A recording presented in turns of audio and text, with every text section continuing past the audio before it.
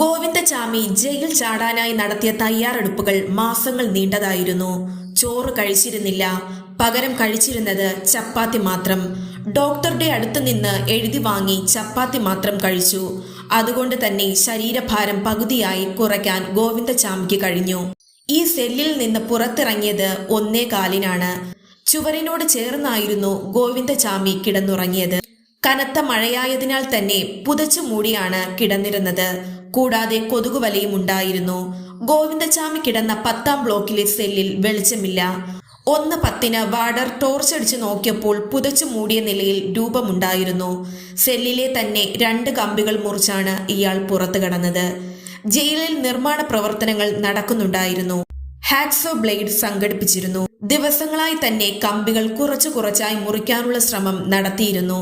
2 വലിയ ഡ്രമ്മുകൾ വെച്ച് ഫെൻസിംഗ് കമ്പിയിൽ തുണികൾ കൂട്ടുകെട്ടിയാണ് ഗോവിന്ദചാമി കയറിയത്.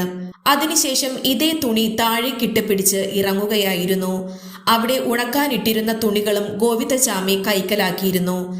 ജയിലിലെ വെള്ള വസ്ത്രം മാറ്റിയാണ് ഗോവിന്ദചാമി പുറത്തിറങ്ങിയത്. ഈ ജയിലിലെ വരാന്തയിലെ CCTV ദൃശ്യങ്ങൾ പുറത്തു വന്നിട്ടുണ്ട്. എന്നാൽ സെല്ലുകളിൽ CCTV ഇല്ല. ഗോവിന്ദചാമിയെ പിടികൂടിയ ശേഷം ഇയാളെ ടൗൺ സ്റ്റേഷനിലേക്ക് കൊണ്ടുപോയി. കൊടും കുറ്റവാളിയായ ഈ പ്രതി ജയിൽ ചാടാനായി ജയിലിനു പുറത്തു നിന്നും സഹായം ലഭിച്ചു എന്നതിലുൾപ്പെടെയുള്ള അന്വേഷണം നടത്തും. ഈ സംഭവം നടക്കുമ്പോൾ ജയിലിൽ ഉണ്ടായിരുന്ന ഉദ്യോഗസ്ഥരെയും സസ്പെൻഡ് ചെയ്തിട്ടുണ്ട്.